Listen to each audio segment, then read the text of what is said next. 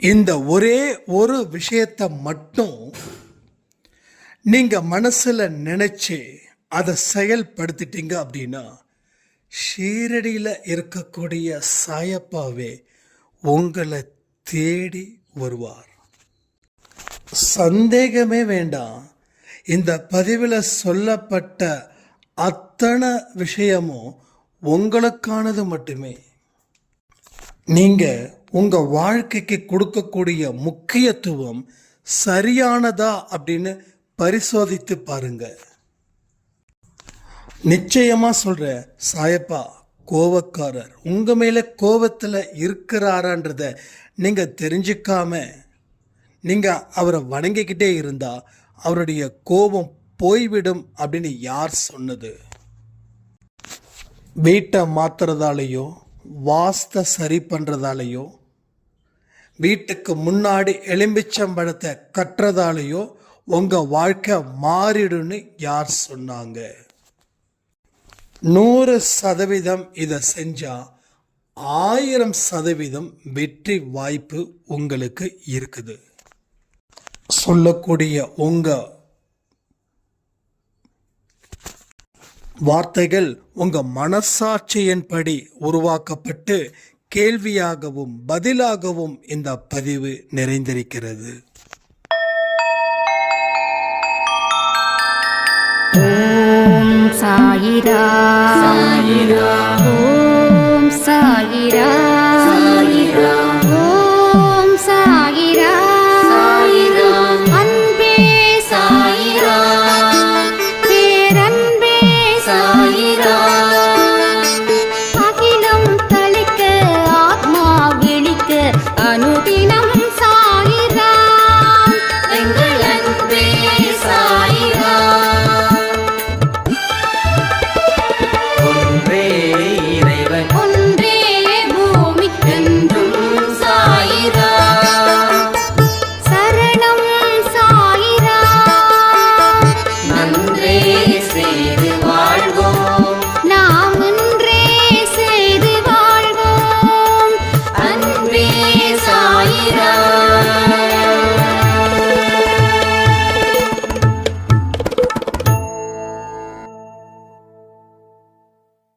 சாயிரா.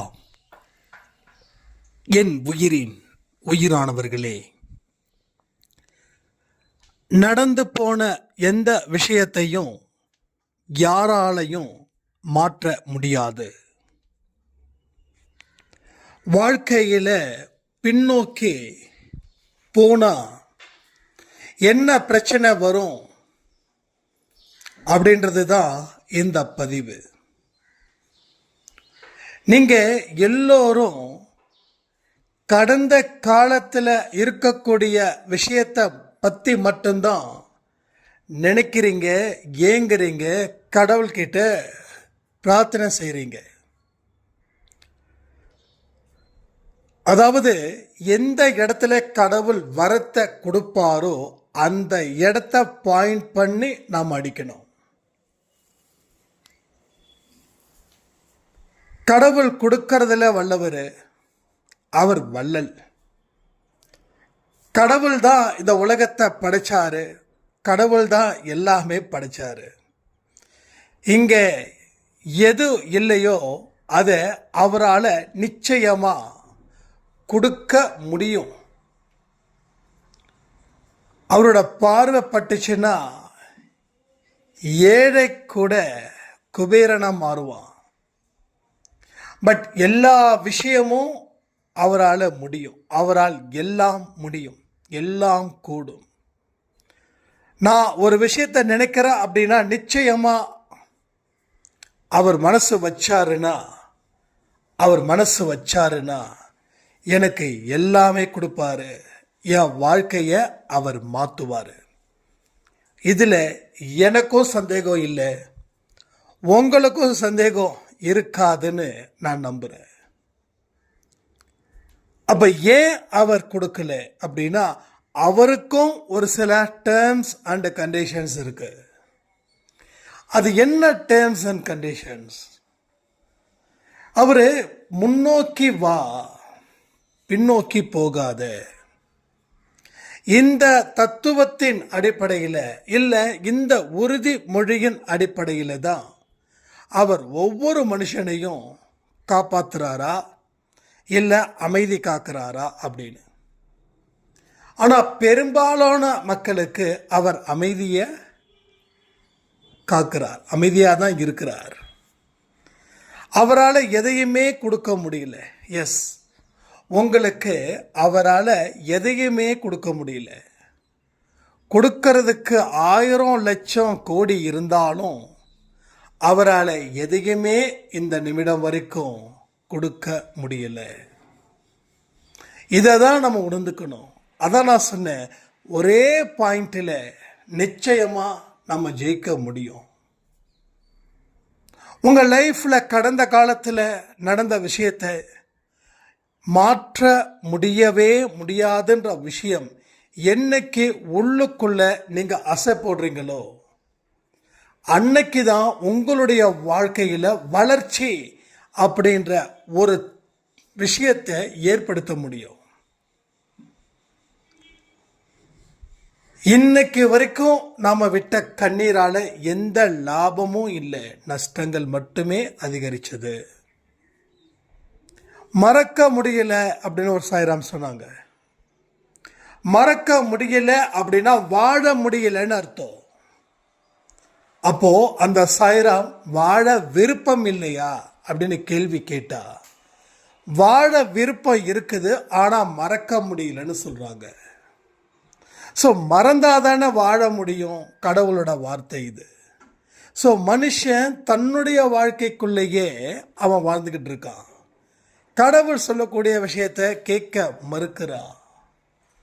மறந்தாதான் வாழ முடியும் அப்படின்ற ஒரு லாஜிக் வேர்டு இருக்கும்போது மறக்க முடியல அப்படின்னா, நீ மறக்க முடியல அப்படின்னா வாழ முடியாதுன்னு அர்த்தம்.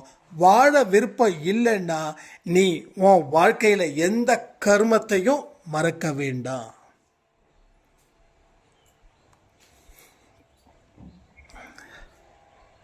நம்ம வாழ்க்கையில் மறக்க முடியல ஒரு விஷயம் அப்படின்னா அதற்கு எந்த ஒரு நபராவது பொறுப்பேற்றுக்குவான். அப்போ அந்த நபர் உங்களை மறந்து அவன் சூப்பராக வாழ்ந்துக்கிட்டு இருப்பான். அதை பார்த்து கூட நமக்கு அறிவு வரலை அப்படின்னா அப்போ நாம் கடைசி வரைக்கும் முட்டாளாகவே இருக்கணும்னு நினைக்கிறோமா? அளவுக்கு அதிகமாக ஒரு மனுஷன் மேலே நீங்கள் நம்பிக்கை வச்சிங்கன்னா அந்த மனுஷன் கொடுக்குற சிறிய ஏமாற்றத்தை கூட உங்களால் தாங்க முடியாமல் வாழ முடியாமல் போயிடும். எத்தனையோ தற்கொலைகள் இங்கே நடக்குது. ஏதோ ஒரு மனுஷனுடைய பின்னணி அங்கே இருக்குது. வாழ்க்கையில் தோற்று போயிட்டா தற்கொலை பண்ணிக்கிறது நல்லதுன்னு நாம் நினைக்கிறோம். இது எவ்வளவு பெரிய முட்டாள்தனம் அப்படின்றது யாருக்குமே தெரியல. வாழ முடியலன்னா தற்கொலை ஒன்று தான் வாழ்க்கையா?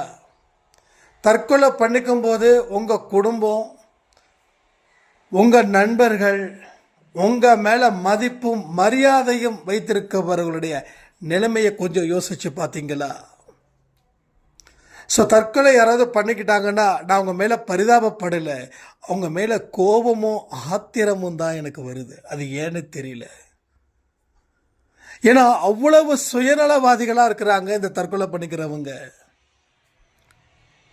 அப்போது வாழ வழி தெரியலன்னா தூக்க மாட்டிக்கோ, மாத்திரை சாப்பிட்டுக்கோ, மொட்டை மாடியிலேருந்து கீழே குதி, போகிற ட்ரெயினில் குதிச்சிடு. ஏன் மறுபடியும் பிறவி எடுக்க மாட்டீங்களா? மறுபடியும் துன்பத்தை அனுபவிக்க மாட்டீங்களா? எல்லா விஷயத்தையும் நம்பணும். நான் கண்ணால் பார்த்தா தான் நம்புவேன் அப்படின்னு சொன்னால் நீங்கள் பார்க்க வேண்டிய அவசியமே இல்லைன்னு சொல்லி கடவுள் ரிஜெக்ட் பண்ணுறார் உங்களை. நீங்கள் எவ்வளவு பெரிய திறமைசாலியாக கூட இருங்க, ஒரே ஒரு விஷயத்தை புரிஞ்சுக்கோங்க. கடவுளுடைய வழிகாட்டுதலின்படி உங்கள் வாழ்க்கையை வாழலை அப்படின்னா உங்கள் திறமைகள் போக போக மதிக்காத வண்ணம் பல சூழ்நிலைகள் உங்களை உருவாக்கும். அது சூழ்நிலை கைதியாக உங்களை மாற்றிடும். அதனால தான் சொல்கிறேன், எச்சரிக்கையோடு சொல்கிறேன், தயவு செய்து கடவுளுடைய வழி எவ்வழியோ அந்த வழியில் நீங்கள் பயணம் செய்யுங்க. அப்போ இந்த தற்கொலை, இந்த அவமானம், என் வாழ்க்கை போயிடுச்சு, என் வாழ்க்கை பறி போயிடுச்சு, என் வாழ்க்கை இவனால் போயிடுச்சு, என் வாழ்க்கை அவரால் போயிடுச்சு, இந்த மாதிரியான கம்பி கட்டுற கதையெல்லாம் இங்கே விட மாட்டீங்க. என் வாழ்க்கையில் என்னமோ ஒன்று நடந்தது, அது கடவுளுடைய அனுமதியோடு தான் நடந்ததுன்னு நீங்கள் என்னைக்கு உற்சாகமாக ஒரு தோல்வியை சந்திக்கும் போது சொல்கிறீங்களோ அன்னைக்கு அவர் வந்துட்டார்னு அர்த்தம். அவர் உங்கள் கூட இருந்தாதான் பேசவே முடியும். நான் இதை ஃபீல் பண்ணுறேன். என் வாழ்க்கையில் பிரச்சனைகளும் இருக்குது, சந்தோஷமும் இருக்குது. எனக்கு சந்தோஷம் வந்தால் அளவில்லாத சந்தோஷம் வர மாதிரி, பிரச்சனைகள் வந்தால் அளவில்லாத பிரச்சனைகள் வர்றது போல தான் எப்பயுமே இருக்கும். நான் யோசிச்சுக்கிட்டே இருக்கிறேன். அப்போது சந்தோஷம் வந்தால் தாங்கி குதிக்கிறவன் தோல்வி வந்தால் தாங்க மாட்டேங்கிறான். அப்போது சந்தோஷத்தை கடவுளுக்கு சமர்ப்பிச்சுடு. அந்த ஒரு மெத்தடாலஜியை நான் இப்போ வரைக்கும் யூஸ் பண்ணும்போது எனக்கு எவ்வளவு பெரிய பிரச்சனைகள் வந்தாலும் எனக்கு காலில் இருக்கக்கூடிய தூசி எப்படி ஒட்டுதோ அந்த தூசி இருக்குதுன்றதுக்காக காலையே வெட்ட போகிறது இல்லை. அந்த தூசியை தட்டி விட்டுட்டு நாம் நம்ம வேலையை பார்க்குறோம். அந்த மாதிரி ஆயிடுச்சு. அப்போது ஒரு விதமான வழிகளை நம்ம பயணிக்கும்போது அதன் மூலமாக பெறக்கூடிய லாபன்றது இருக்கே, அது 1000 மடங்கு பெருசு. அப்போது சந்தோஷத்தை நாம் பயங்கர ஹாப்பியாக கொண்டாடும்போது ஒரு துக்கத்தை ஏற்றுக்க முடியல. நீ சந்தோஷத்தை கடவுள்கிட்ட ஒப்படைச்சிடு. நீ அதை எப்படி கடவுள்கிட்ட ஒப்படைச்சிட்டு உனக்கும் அதுக்கும் எந்த சம்பந்தமும் இல்லையோ, நீ பாட்டுக்கும் உன்னுடைய வேலைகளை தொடர்ந்து செய்யறியோ, அதே போல் துக்கம் வந்தாலும் உன்னால் அப்படி தான் இருக்க முடியும். இது சத்தியமான உண்மை. ஒரு மனுஷன் தோல்வியில் தாங்க முடியலன்னா அவன் சந்தோஷப்படும்போது அவன் அளவில்லாத சந்தோஷத்தை அவன் பட்டு இருப்பான். அதை ஊர் முழுக்க காட்டியிருப்பான். தன்னால தான் இது முடிஞ்சதுன்னு சொல்லி யார்கிட்டயோ தன்னை ப்ரூஃப் பண்ணுறதுக்காக அந்த வெற்றியை காட்டிக்கிட்டே இருப்பான். அந்த வெற்றியிலேயே நினைஞ்சிக்கிட்டு இருப்பான். 10 வருஷத்துக்கு முன்னாடி பெற்ற வெற்றியை இன்னைக்கு பெற்ற வெற்றி மாதிரியே உட்காந்து ரீல் விட்டுக்கிட்டே இருப்பான். இன்னும் அதுக்கப்புறம் வாழ்க்கையில் எந்த விதமான நல்ல சம்பவங்களும் நடக்கலை. ஏன்னா அவன் தோல்வியிலேயே சுருண்டுக்கிட்டு இருக்கான். ஸோ அதனால தான் சொல்கிறேன், உங்களுடைய ஸ்ட்ராங், உங்கள் போல்ட்னஸ், உங்கள் கான்ஃபிடென்ட், உங்கள் வெற்றி, உங்கள் பொறுமை, இதையெல்லாம் வெளி உலகத்துக்கு காட்டணும் அப்படின்னு நீங்கள் உங்களை விளம்பரப்படுத்திக்கிட்டீங்கன்னா அதில் இருக்கக்கூடிய பவர் ஆட்டோமேட்டிக்காக ரெடியூஸ் ஆகிடும். ஸோ நீங்களாக இருக்கணும். நீங்கள் வெறும் கையில் தான் இந்த உலகத்துக்கு வந்தீங்க, ரைட்டா? ஸோ வந்ததுக்கு அப்புறம்தான் இந்த கையில் எல்லாத்தையும் தாங்க ஆரம்பித்தோம். அதில் தாங்கினது முக்கால்வாசி பார்த்தீங்கன்னா உங்கள் கையையே அழிச்சிடும் போல அவ்வளவு இருக்குது. நேற்று கூட நம்ம ஒரு பதிவில் சொல்லியிருந்தோம், நான் டைட்டில் பார்த்த உடனே சும்மா பயங்கரமாக இருந்தது. என்னடா இது, ஒரு மாதிரி இருந்தது. ஆனால் அந்த இன்ட்ரோ கேட்கும்போது ரொம்ப குஷி ஆகிட்டேன். அந்த பதிவை கேட்கும்போது கண்ணீர் கதறி அழுத. ஆனால் அதற்கு அப்புறம் வந்த தெம்பு, அதற்கு அப்புறம் வந்த ஒரு நம்பிக்கை இருந்தது. அது சொல்ல முடியாத அளவில் என்னோட வாழ்க்கையே மாற்ற போகுதுன்னு. ஸோ உடல் உறுப்புகளை விட மனசு ரொம்ப முக்கியம். உடல் உறுப்புகளை தாண்டி மனசு தான் இங்கே எல்லாத்தையும் மாற்றுது. கண் இல்லாதவர்கள் சந்தோஷமாக வாழ்வதற்கு காரணம் அவங்க மனசு. கை கால் இல்லாதவர்கள் சந்தோஷமாக வாழ்வதற்கு காரணம் அவங்க மனசு. செவிடர்கள் சந்தோஷமாக வாழ்வதற்கு காரணம் அவங்க மனசு.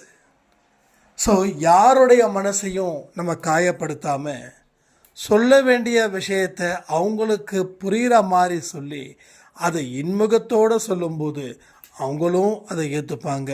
நமக்கும் அந்த இடத்துல இருக்கக்கூடிய கோபமும் ஆத்திரமும் இல்லாமல் இருக்கும். ஒரு மனுஷன் கோபப்படும் போது உடம்புல ரத்தம் எவ்வளவு கொதிக்குது தெரியுமா? ஒரு பெரிய ப்ரெஷர் அந்த ரத்தத்துக்கு. அதுதான் சொல்கிறாங்க பிளட் ப்ரெஷர். 50 வயசுலேயே ஆன்ஜியோ அது இதுன்னு சொல்லி வாழக்கூடியவர்கள் அன்பேசாய் குடும்பத்திலேயே நிறைய பேர் இருக்காங்க.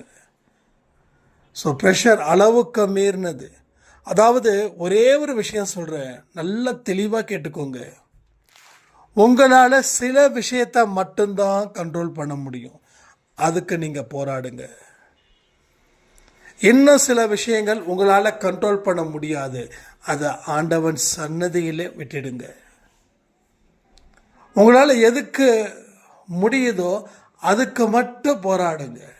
பர்டிகுலராக உங்களை நீங்கள் மாற்றிக்க முடியும், இது உங்களால் முடியும்.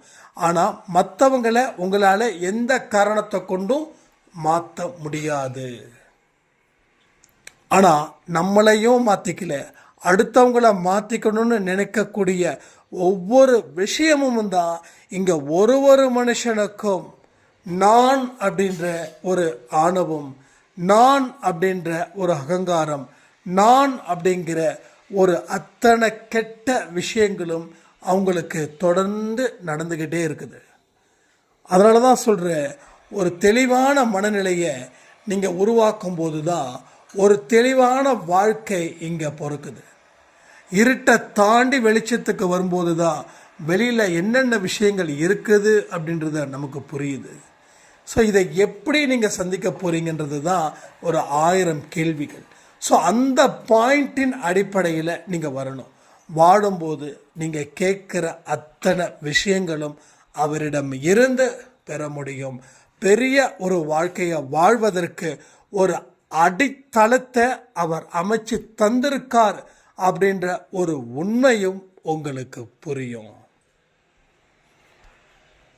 இங்கே கேள்விகள் கேட்கலாமா? கேள்விகள் நிறைய கேட்கணும். பதில்கள் சொல்ல நீங்கள் தயாராக இருக்கீங்களா?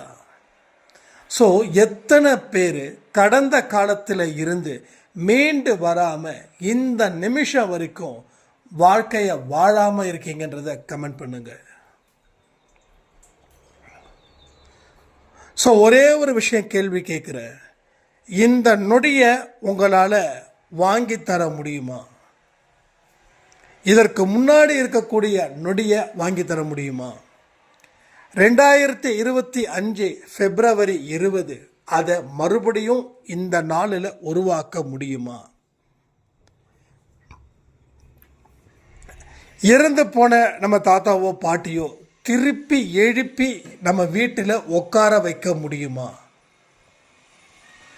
சுக்குநூறாக உடஞ்சி போன பொருளை மீண்டும் அதே தன்மையோட உருவாக்க முடியுமா? இதில் ஏதாவது உங்களால் முடியும் அப்படின்னா நீங்கள் கடந்த காலத்தில் வாழுங்க. எதுவும் முடியாதுன்னா தயவு செய்து எல்லாமே நல்லதுக்குன்னு நினச்சி வாழ்க்கையை வாழ ஆரம்பிங்க. உங்களை நம்பி உங்களுக்கு தகுந்த மனிதர்கள் வாழ்ந்துட்டு இருக்காங்க. அவங்க உங்கள் குழந்தையாக இருக்கலாம், உங்கள் கணவனாக இருக்கலாம், உங்கள் மனைவியாக இருக்கலாம். பட் எல்லாரை டிபெண்ட் பண்ணியும் வாழ்ந்துட்டுருக்காங்க. என்ன டிபெண்ட் பண்ணி ஒரு 10 பேர், உங்களை டிபெண்ட் பண்ணியும் 10 பேர், எல்லாரை டிபெண்ட் பண்ணியும் 10 பேர் இருந்துக்கிட்டு தானே இருப்பாங்க. அப்போது நாம் என்ன செய்யணும்? இருக்கிறவங்களுடைய முகத்துக்காகவாவது நாம் ஒரு தெளிவான வாழ்க்கையை வாழணும் தானே. அதில் எந்த கன்ஃபியூஷனும் இல்லை. ஸோ கன்ஃபியூஷன் இருந்துச்சுன்னா தாராளமாக சொல்லுங்கள். நிச்சயமாக நம்ம தெளிவாகவே பதிலை சொல்லலாம். உங்களுக்கு ஏன் இவ்வளவு தூரம் ரொம்ப டீட்டெயில்டாக ஒரு ஸ்டடி கொடுக்குறோம் அப்படின்னா, நீங்கள் ஸ்டடியாக ஆகணும்னு தான் இந்த ஸ்டடியை கொடுக்குறோம்.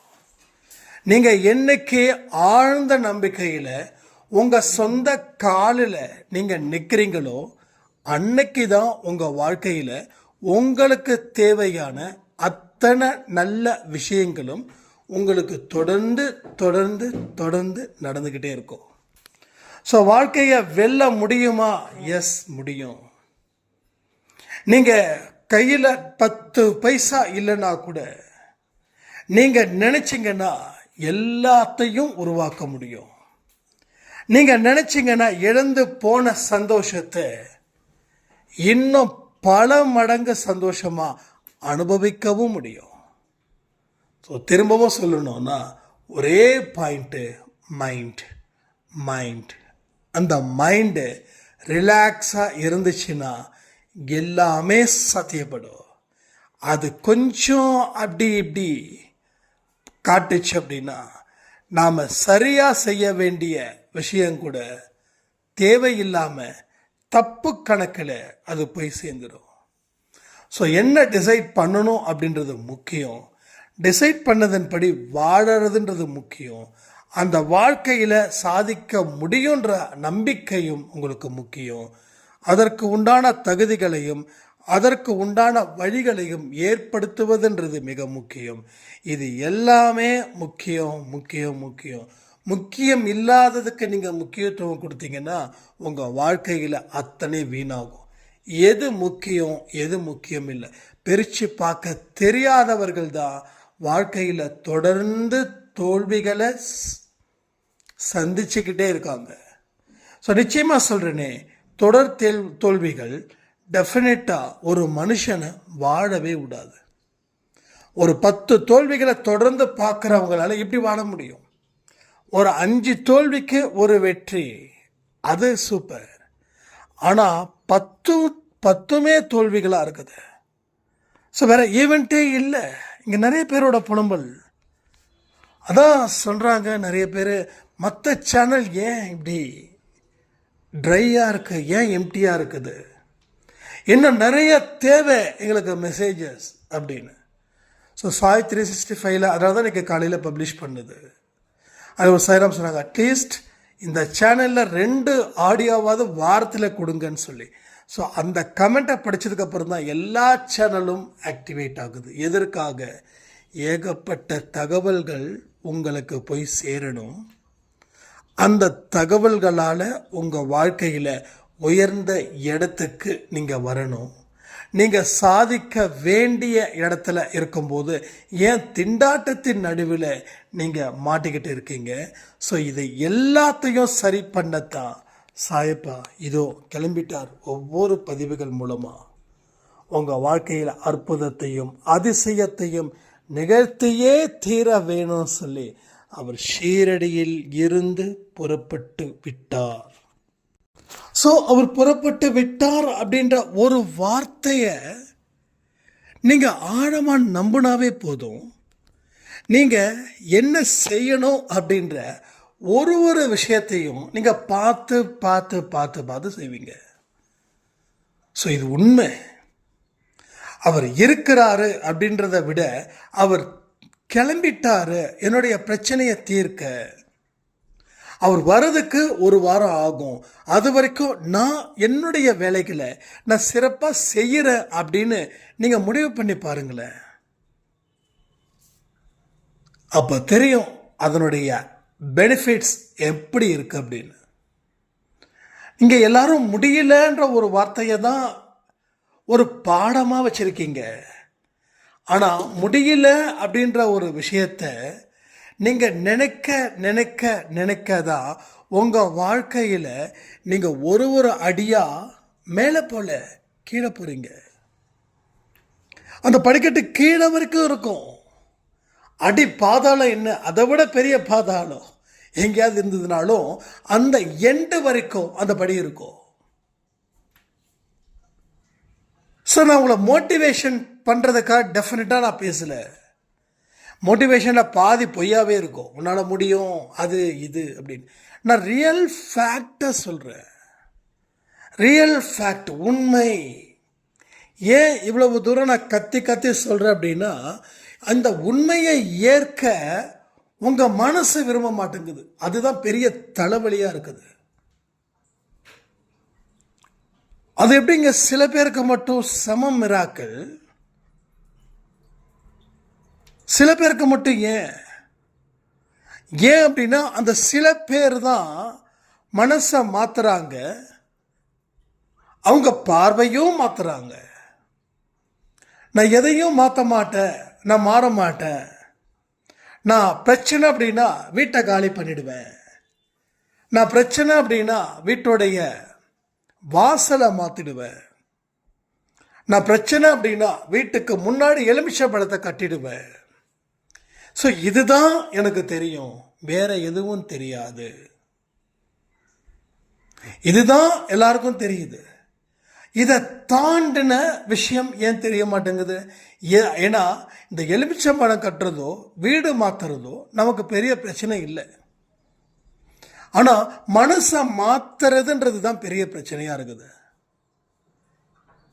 ஆளை மாத்துறது, வீட்டை மாத்துறது, தொழிலை மாத்துறது, ஊரை மாத்துறது எல்லாமே ஈஸி. ஆனால் என்ன டஃப் தெரியுமா? மனசை நம்ப வைக்கிறது இங்கே பெரிய பெரிய பெரிய சர்க்கஸ் வித்த மாதிரி இருக்குது. மனசை மாத்துறது முடியாது. ஏன் முடியாதுன்னா மனசு மாறாது. ஏன் மனசு மாறாது?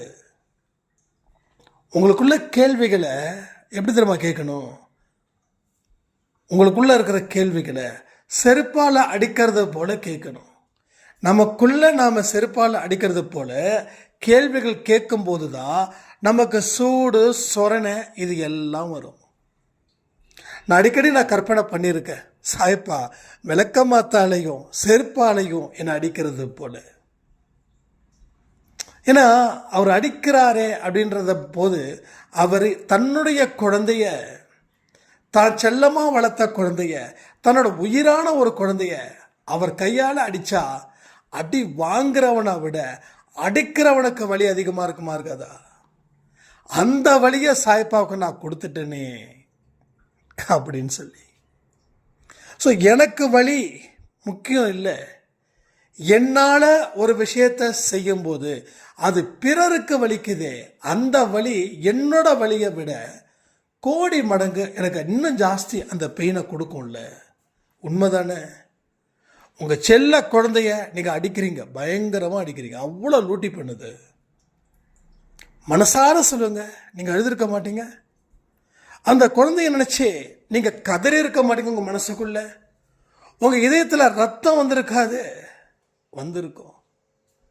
ஏன்னா அடித்தாதான் குழந்தை வளரும், அடிக்கலைன்னா குழந்தை ஒழுக்கத்தோட வளராது. ஒரு குழந்தைய திட்டுறோம், அடிக்கிறோம், ஆனால் மனசு அந்த ஆத்திரம், அந்த கோபம் முடிஞ்சதுக்கப்புறம் மனசு அவ்வளோ வேதனைப்படும், அவ்வளோ கஷ்டப்படும். ஐயோ நம்ம குழந்தைய அப்படி என்ன தப்பு பண்ணிட்டான். அடிக்கும்போது தெரியாது, ஆனால் உண்மையிலே அடித்து தான் ஆகணும். ஆனால் தப்பு அடிக்கிற அளவில் அவன் தப்பு பண்ணியிருக்கானா அடிச்சிடணும்.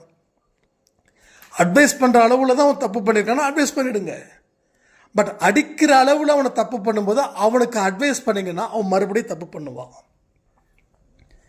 ஸோ முதல் அட்வைஸ், ரெண்டாவது கொஞ்சம் கோபம் கலந்த வார்த்தை, மூணாவது கை வைக்கிறது குழந்தைங்க மேலே தப்பே இல்லை, ஆனால் பார்த்து.